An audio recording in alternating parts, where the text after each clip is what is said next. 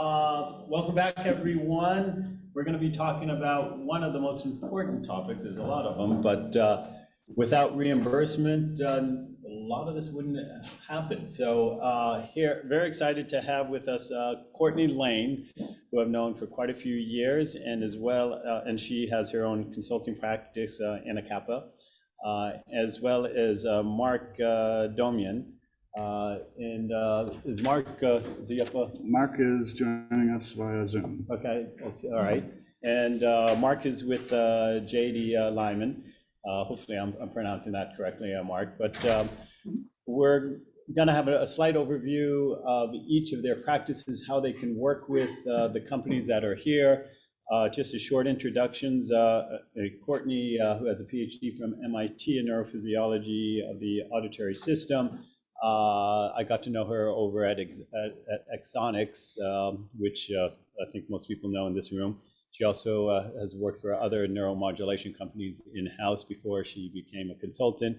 Mark similarly has experience in-house over at, I believe, Medtronic and St. Jude and Restore Medical, and prior to becoming a consultant as well. So rather than me talking, I really want to jump in. Can you go to the next slide? And I think we're all familiar, we're a pretty sophisticated group here in terms of reimbursement and the three pillars of coding and coverage and payment. We certainly can go into details for any of those from a strategic perspective or even a tactical perspective, because both of these individuals certainly are here to help and work with you. And all I can say is, get them involved earlier rather than later because of the time that it takes for reimbursement policies and strategies to put it in place. And I think actually the next one as well. I think that's it. Oh, that was short. So let's start with Courtney. Courtney, can you tell us a little bit about your background, your services, how you can work with the folks here, and the same with you, Mark, when it comes to your turn. And then we really want to have a discussion around reimbursement, what's most important for you in terms and the questions that you have, and I certainly have a lot of questions that I'll ask the panelists. So, Courtney, why don't you start and tell us about yourself and your services? Great. Well, happy to be here. Thanks for inviting me. So I'm Courtney Lane. My background: I have an undergraduate degree in electrical engineering from Rice. I have a PhD in health sciences and technology from a joint program between Harvard and MIT, and I did my PhD work in auditory neurophysiology, so I like the science part of neuromodulation a lot.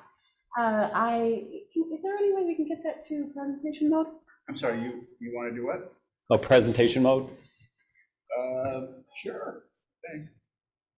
Anyway, yes. so I worked as a research scientist for Boston Scientific. It was actually Advanced Bionics in those days. That's when we met. Oh, original, okay. Yeah, Boston Scientific's deep brain stimulation program as a research scientist, and then eventually became their director of clinical science and strategy for the neuromodulation portfolio. In 2013, I started my own company, Kappa Clinical Research, to help smaller companies do good clinical research and get through their regulatory reimbursement pathways. So if you want to know how to get regulatory approvals, persuade physicians, beat your competitors, and get your device paid for, that's what I help companies do. So I'm happy to be here today. Next slide, please. The star of the show, in my opinion, is the clinical data. So think of that as Dave Anderson up there, and we all are the audience members peppering him with questions. So the clinical data is your star of the show, the person you want to ask all the questions to, and your various audience members have questions that they ask you out loud, and then they have the questions that are in the back of their mind that they're not asking, but that's the things they really want to know the answers to. So for today, I think the really important question is what are the payers asking for? If you are a private payer, you will ask, is this a cost-effective therapy? That's what you'll say out loud. But in your inside voice, you'll say, how can I not pay for this at all? You'll say, how can I make sure that I get this done so that I get a return in 3 months, which is a very short timeline, especially if you're a very expensive device. If you're CMS, your outline question is, is this a reasonable and effective therapy for my patient population, which is over 65 or disabled populations, but they're really on their inside voices also asking those same questions to themselves about how do I not really get this done, because I don't really want to spend that money. You know, the FDA and your doctors and your CE mark folks, your notified bodies are also asking outside questions and inside questions, but I'll save those since we're focused on reimbursement, but you can see what they are. So next slide, please. So as I mentioned, this is what I do. I help you design clinical trials to answer all those questions, to get that data in an efficient way so you can answer all of the outside questions, all of the inside voice questions, and make the most of everything. So happy to help and happy to answer your questions. Great. Thank you, Courtney. Mark, can you hear us? And I can. We can hear you. Yeah, hopefully you can. Perfect. Yeah, yes, we can. So tell us about yourself and your background and how you can work with the folks out here. Absolutely. First of all, I appreciate the opportunity to be here, and sorry I could not join in person. I'm a little under the weather and some scheduling conflicts arose, so I'm unable to be in San Francisco, but appreciate it coming from balmy Minneapolis, Minnesota today, where we haven't seen snow yet, but it's coming, which is very exciting. Anyway, so I'm one of the partners at JD Lyman Group. I don't know if the slides are going to come up, it doesn't really matter. I can talk to it. I've been doing reimbursement for a pretty long time. As Jeremy indicated, I've done this inside companies, including Medtronic in the neuromodulation division specifically. Most recently at St. Jude Medical, where I managed the US reimbursement and some global activity for the entire St. Jude portfolio, which included neuromodulation down in Plano. A few other companies as well, and then I've been consulting since 2016, and so have seen a lot of different neuromodulation technologies that have come, down the pipeline, looking for to, getting some key questions answered as it relates to coverage, coding, and payment. Some of the things that Courtney was talking about. If you want to flip to the next slide, basically that's me. Just basically said I've been doing this a long time because I'm kind of old. So next slide, please. And a couple of quick points, and then we certainly look forward to the questions and trying to dig in here a little bit. Securing differentiated reimbursement is not for the faint of heart. As Courtney alluded to, the questions, the value that each of the different stakeholders that we're going to engage with, whether it be a payer, whether it be a provider, physician, patient, is different. And the gap between what FDA requires on safe and effective and what CMS and private payers in terms of medically reasonable and necessary continues to widen and gets bigger and bigger. FDA doesn't write checks, payers do. Payer coverage continues to be inconsistent. So I could get Aetna to cover me, but United Health might not. And often requires hand-to-hand combat. So be prepared to get into the trenches with your customers to help provide the support, or that they potentially will move on to something else that's covered. It's less resistance to give to their patient. CPT coding is a big deal for a variety of technologies, and for most technologies. That gap, or the time to get new coding, is also widening, and it's really important, and I can touch on this a little bit more if needed. It's really important to monitor what's going on around you. Even if it's not directly your technology, CPT is a very political process. It's managed by the American Medical Association. I think most people are probably familiar with CPT codes, but things can happen around you that affect you. And so it's important to pay attention to what's going on at the CPT editorial panel, which happens 3 times a year, just to make sure that there's no surprises in terms of how your codes could be impacted, or your family of codes, those sorts of things. And then policy changes continue to challenge new ways to evaluate value as we look at the various different payment mechanisms, breakthrough device designation, Medicare coverage of innovative technologies, although it's on life support right now. I do think that could come back. Payment changes, those sorts of things, coding changes I just touched on. It's really important to kind of stay abreast as best you can with the various things that are happening around you. So again, you can try to be as proactive as possible as opposed to being reactive. And then last slide, please. And then we can, I'm done with my little spiel. And if any of you, if I've ever talked to any of you before, you've heard some of me repeat this or say this before, and Jeremy, you commented on some of this as well. I can't stress enough, biggest lesson learned is factoring your reimbursement early into your journey with whatever you're doing, whatever technology you're looking at.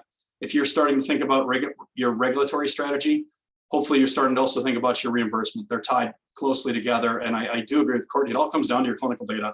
That is the number one thing. And it really, in my opinion, my personal opinion, it's 3 things. marketing, what do I want to say in the market? FDA, what can I say to the market?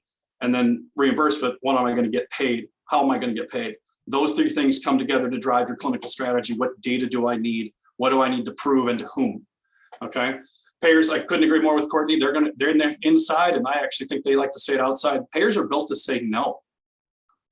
Give them every reason to say yes. The only reason we need coverage policies is because they want to limit something, not because they're going to say, oh, we think this is the greatest thing since sliced bread, give it to everybody. That's not how they're wired. They're wired to say no until you give them very compelling evidence, evidence in air quotes in terms of what they should be covering. Be realistic, the timeframes, appropriate reimbursement, and that's definitely in air quotes because appropriate's a little bit in the eye of the beholder, but appropriate reimbursement tends to lag FDA approval, particularly if you've got a new novel technology. So FDA is going to come first, and then it's a process to get the appropriate coding, coverage, and payment in place. Be objective. Don't get caught in the trap of my baby is so pretty. A lot of technologies I've seen do that. Like they just love their technology, and it's great technology. But trying to be a step back and view this from a different perspective, just to make sure that we don't get caught up in the, hey, I've just got the best mousetrap ever. People just need to see that. They just need to touch it and they'd understand. It's not always quite that simple. And then finally, and I've already touched on this, so I won't hammer it too much more, is pay attention. A lot of things happen. CMS updates policy for physicians and for hospitals and for ambulatory surgery centers every year. Sometimes they're minor, up or down a couple of percentage points in payment, fine, that's going to happen. Sometimes they do major shifts, and things can happen around you that you have nothing to do with. And so it's important to watch what your competitors are doing. Sometimes you want to work with your competitors from a reimbursement perspective, as reimbursement can float all boats. Watching CPT code changes, those sorts of things, making sure you understand what the environment is going around you, and then where you can, and sometimes unfortunately can't influence, to make sure that you're pulling the right levers, pushing the right buttons as best you can to help control your own destiny. So I look forward to the questions, and again, appreciate being here. Thank you, Mark. And I chuckled when you made the comment about all you have to do is show, and it's obvious that it works to the payers. And I remember when I was over at BINS, I won't mention the name of a certain Israeli CEO, but he took that exact perspective that it's so obvious. For foot drop, you just put it on, you show it works. And that probably cost the company years and millions of dollars of lost opportunity because they didn't jump into reimbursement early. So with that in mind, the first question is, what can companies do to accelerate the timeline? The common trajectory is that, okay, you develop a device, you spend years doing clinical trials, and then you get FDA approval if it's a class 3 device, and then you start your reimbursement trial, which takes years. And I know there was this joint program, or perhaps still is, that no one has pursued. But what can companies do to accelerate the reimbursement front? Courtney, why don't you start, and then we'll get Mark's. Sure. So I think, again, it's important to understand what the payers are looking for. So they feel like randomized controlled trials, very carefully controlled studies, aren't really that helpful to them because it's not showing how their patients are going to do. So they're dealing with patients out in the real world who may take their meds sometimes, may turn their device off sometimes. So they're more interested in the real world evidence. They want to know how it really works in people. And they're also very interested in the healthcare utilization. So the concept that, does this prevent hospitalizations? Does it keep them from going to see the doctor? You mentioned migraine earlier in the day. One of the things that I talked to payers about one time was about neuromodulation for migraine, and they were very interested in keeping folks out of the hospital, out of opioid crisis from their migraines, which I kind of wasn't even on my radar until I talked to them about it. So I definitely think you need to think about it from their point of view. If you can get their point of view, even better. Okay, great. Mark, do you want to add to that? Yeah, no, I think there's a variety of things that companies should be thinking about. One is to plan early. So, when you get to your FDA approval, if you haven't thought about your reimbursement, you've set yourself back probably, potentially at least a number of years. So while if the data on the front end, what do I need for FDA approval or clearance is important, Understanding what payers want is clearly important. Couldn't agree with Courtney more. But are there things I could do to leverage? If I'm doing a study anyway, if I do the right post-market follow-up, is that going to help me? If I add a randomized control arm, is that even possible? Assuming that's even possible, or I add a different type of control group, or I add at different endpoints, whether I'm powered for them or not, they're secondary, primary, trying to understand how do I leverage, if I'm going to collect clinical data anyway, where can I kill potentially multiple birds with one stone, not just do the bare minimum. FDA says I can do a single arm, 50 patients, get outcomes in 3 months. Well, that's great. And that might be the right strategy depending on your coding and your payment and some other things if you're in a well-established therapy. But if you are truly, well, not truly novel, but if you're novel enough, you don't fall into existing codes, you need to understand how those things play into it. And while the FDA might say safe and effective 50 patients because we understand enough how neuromodulation works, you're stemming something new to a payer that hasn't seen that.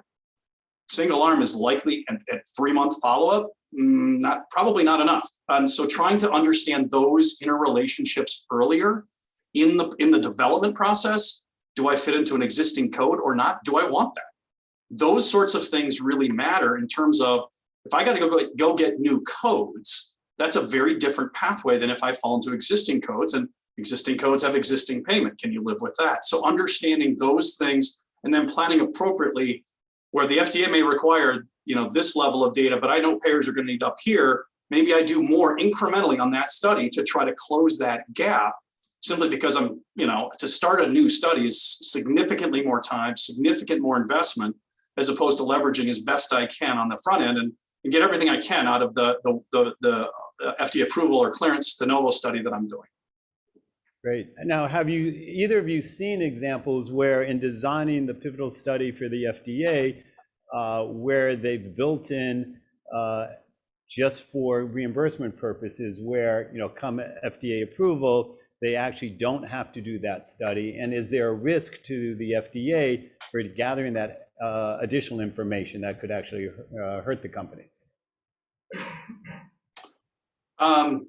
If I'm understanding the question right, Jeremy, in collecting that data, typically the data that I would want to, it's a lot of it's out your endpoints, right? So you start with your clinical endpoints and what are you trying to prove? And understanding not only what FDA needs, but also in the therapy space that you're going, if payers already have medical policies that they publish, and most of the large commercial payers do, Medicare does. If they have policies, you're going to get a sense of what they're looking for, what they do and do not cover, and what endpoints matter. And so understanding how that factors in, you could be signing up for a bigger study with the FDA. And that's where the judgment needs to come in terms of what clinical risk are you putting by adding these endpoints. And, they might be not primary. Again, FDA is going to help drive your primary endpoints, but collecting some of these secondary endpoints, not necessarily powered for them as a primary, I think gives more flexibility and can avoid, I'm not a regulatory person, so, take that with a grain of salt. But I have seen where I've worked with companies, and when I worked particularly at St. Jude, we would change some of our secondary endpoints to try to address some of the concerns payer had. The health economics, FDA tends not to care about any of that. I don't make that a primary endpoint unless I'm doing a specific healthcare study. But if I'm doing the clinical endpoint to get this device approved to get to market, there's some health economic data I can collect, and that could be some secondary endpoints. FDA, I've not seen them push back too hard on that in my experience. Again, not a regulatory expert, but I think there's some ways of mitigating where the FDA is only looking at safe and effective, where we can collect some of this additional data to help demonstrate the value from a payer's perspective. Great. No, very insightful. Courtney, do you want to add to that? Yeah, I would add, so like I mentioned, this healthcare utilization. So how often are they going to the doctor? How many medications are they taking? Does that go down? Those don't have to be primary endpoints at all, but they definitely provide nice supporting evidence that you're really doing good for these patients and hopefully saving some money too. All right. So what I'm hearing is that, even as you're designing your clinical trial for regulatory clearance or approval, get reimbursement expertise in early on to see what data you might want to collect during that study to really help with post clearance or approval in terms of getting to really paid for later. Great points. What about in terms of planning? We have a number of early stage companies here. In terms of time and cost for reimbursement studies, Any guidance there in terms of just from a planning perspective, how much is it going to cost, and how many months or years should you allocate? And obviously, it depends on what you're going after, new codes or piggybacking on codes, et cetera. But any kind of guidance? I would definitely say that, like, as we've both been saying, you want to try and incorporate as much of this into your initial study as possible. Doing a secondary study to get reimbursement is not fun for anybody. So, the very first day, I think Warren Grill had, that it takes 5 to 8 years to get from the lab through the clinical studies. You don't want to add another 2 years on the end of that to get reimbursement. So just making sure that the data that you collect the first time is the right data. So did that get to you? It does. I mean, I've seen so many times though where it's the approach where almost reimbursement is an afterthought once they get FDA approval, and then they do additional studies, and it costs cost millions of dollars and years of time to satisfy the reimbursement side of the equation. Just don't do that. Okay, fair enough. Mark, anything else on that topic?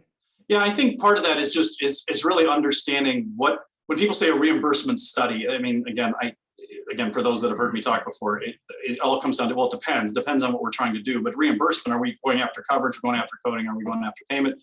Are we going after 2 of the 3? We're going after all 3 of the 3.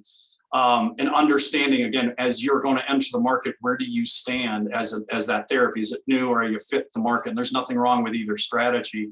Just understanding what you're getting into helps determine what level of evidence what clinicals do I need to generate, as well as how do I minimize that time? If I've got to go get Category 1 codes created for my technology, I need a bare minimum level of evidence. And I either need a meta-analysis or I need a randomized controlled trial. Well, maybe that means I want to do a randomized controlled trial as my FDA approval study to make it harder for someone else to follow, because I have to do it anyway. And then I can generate subsequent publications off of that, longer term follow-up. I can do my second study, because to get new CPT codes, if I'm in it, I've got to make that as a new to get to that new code. So understanding that early so you can plan appropriately, I think is, again, I'm going to keep harping on that throughout this, is really how I think the best way to minimize and set expectations appropriately. That just, I have heard too often, and Jeremy, you just mentioned it, well, I'll worry about reimbursement later. I'll just go collect a bunch of data, and then in 2 years, I'm going to show it all to the payers, and they're just going to give me new codes and new payment. It's going to be great. Good luck. I don't know very many cases of that happening, if any. I'm sure it has. There's exceptions to every rule, but as a strategy, tends not to work very well, because for a variety of reasons, which I could go deeper, which I don't think I need to, at least based for this question. But again, planning early, I think, is going to do the best to minimize the cost and time of getting to where you want to go. Sure, great. Earlier, we talked about the breakthrough designation and where that might be headed. And I know, Courtney, when we were outside in the hall, you wanted to add your opinion, because you had a slightly different perspective, and perhaps, Mark, you as well. But Courtney, you want to share at least your perspective? Yeah, thank you for that. I think it goes back to the inside questions and the outside questions in the slide that I presented.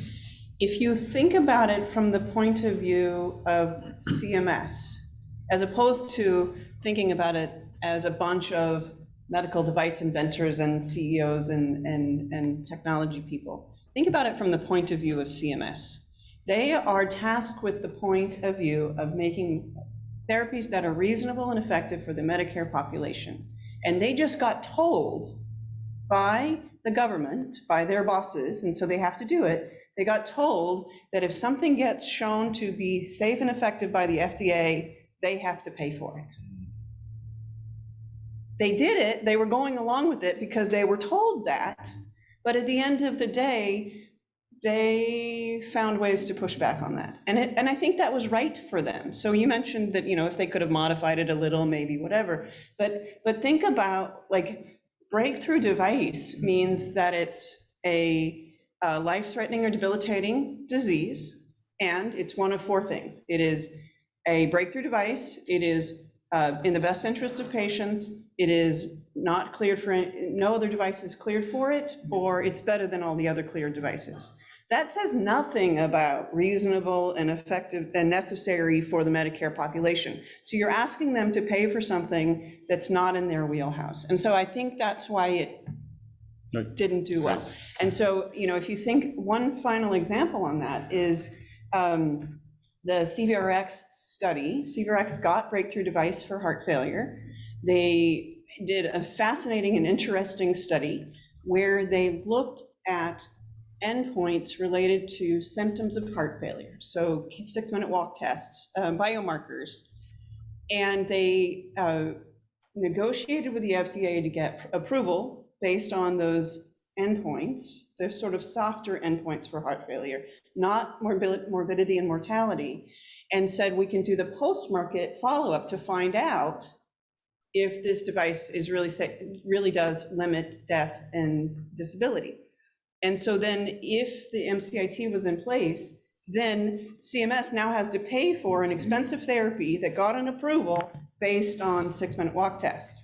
And I think that's like a really good example of why that just kind of rubbed them all the wrong way. So as people that are writing in public commentary, as we're lobbying CMS to get this back for us, we need to really think about what their mission is. They have a budget, they have to pay for things. If they're going to go along with this, we need to live in their wheelhouse. Think about it from their perspective a little bit.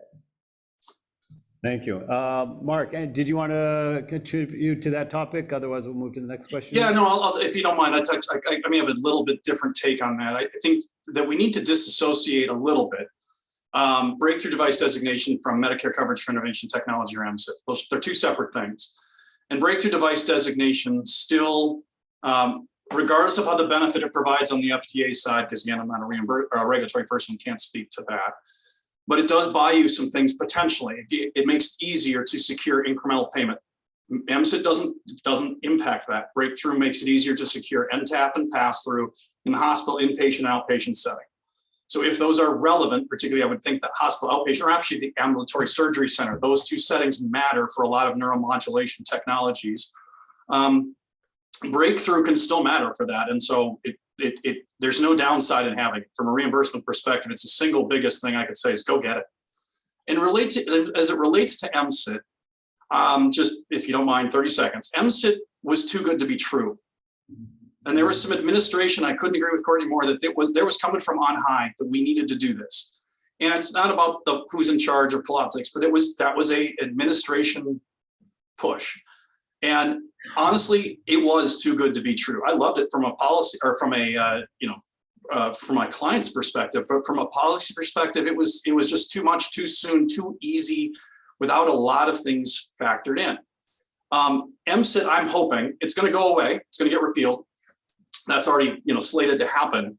But I'm hoping that in 2022 we see some form of MCIT coming back, and I hope the industry does need to think about what we should focus on from an automatic coverage perspective.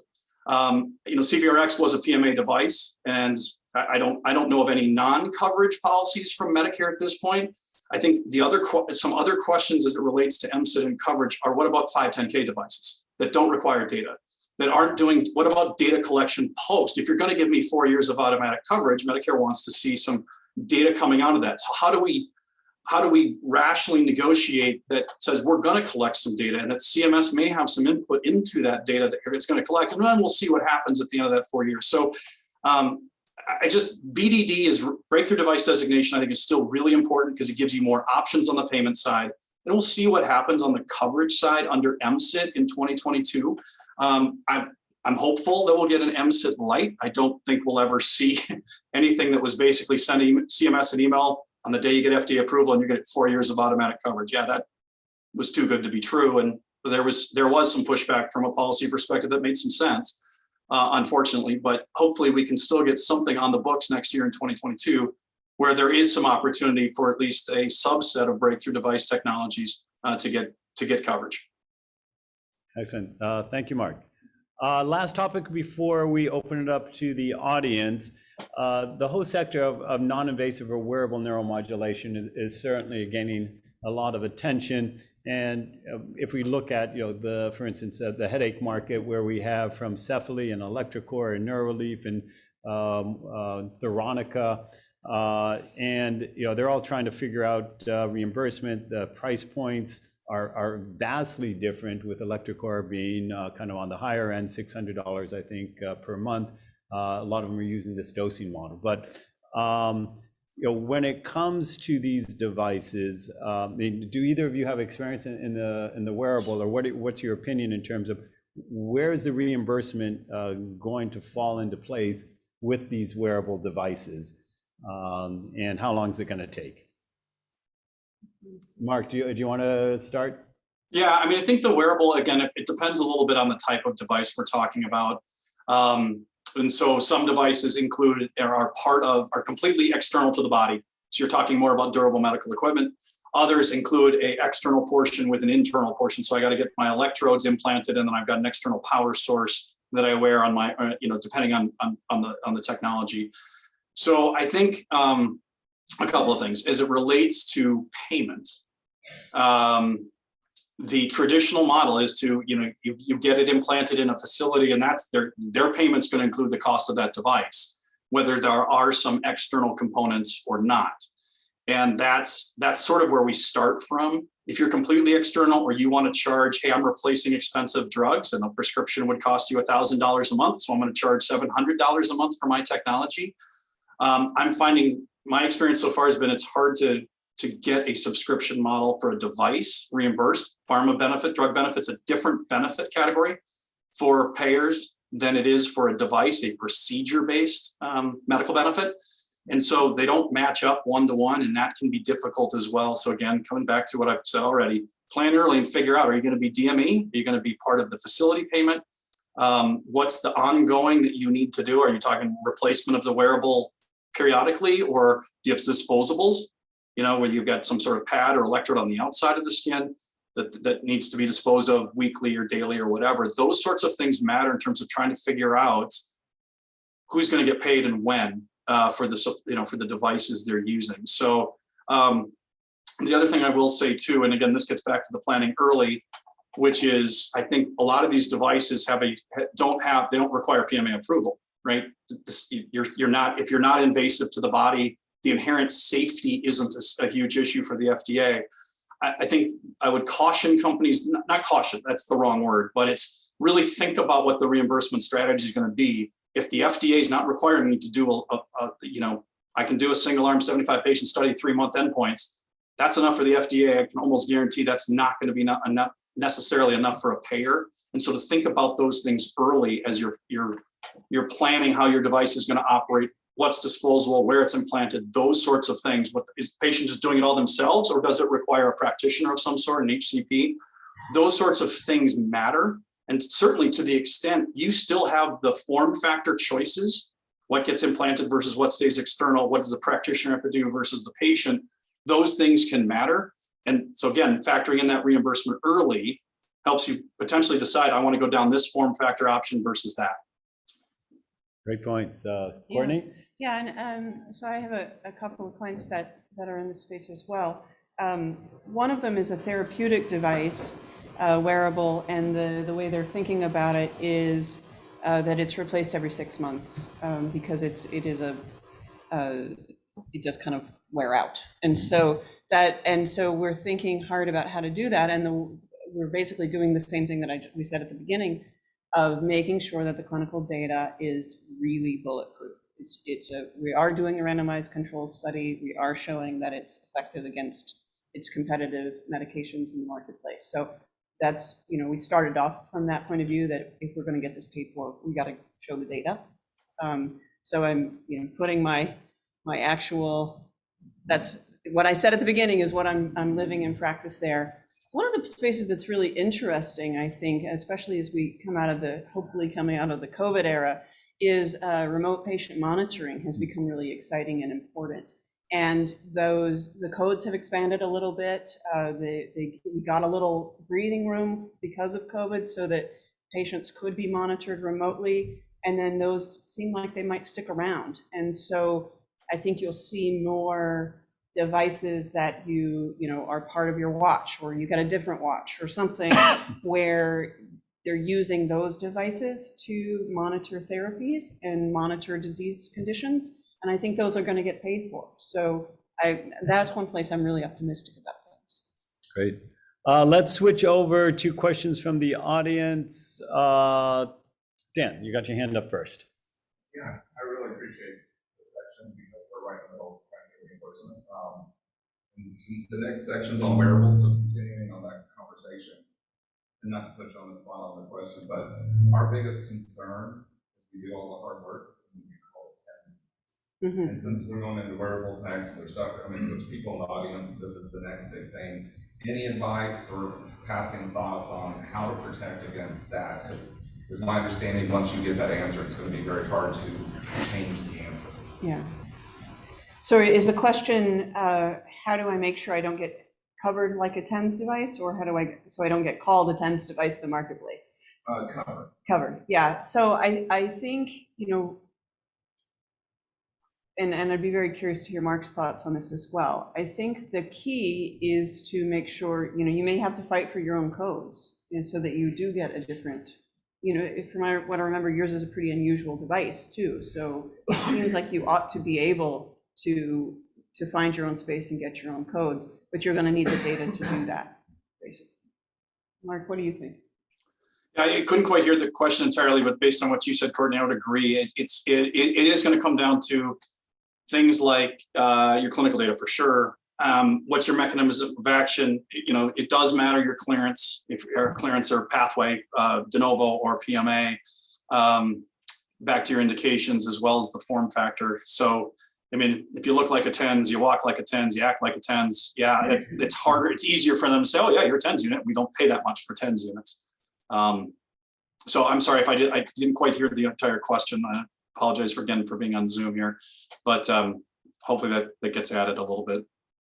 Can you speak, you brought up the difference between de novo and 510K and how that impacts reimbursement pathway. Can you just maybe dive into that just a little more? Well, yeah, and again, not a regulatory expert, but 510K de novo means my understanding at least is that you need some data you have to collect some data. 510K, I don't necessarily have to do anything. I can show whatever I've done on the bench or whatever, and that's sufficient for FDA. De novo 510K, my understanding is it's going to make it a little easier or more difficult. A little bit more difficult for competitors to follow because you're proving something. It's not quite the full PMA pathway, but I am going to have to collect some data to get the indications that I'm going after. And so that can help from a reimbursement perspective. It's not like payers say, oh, you're a PMA device, I'm going to automatically cover you.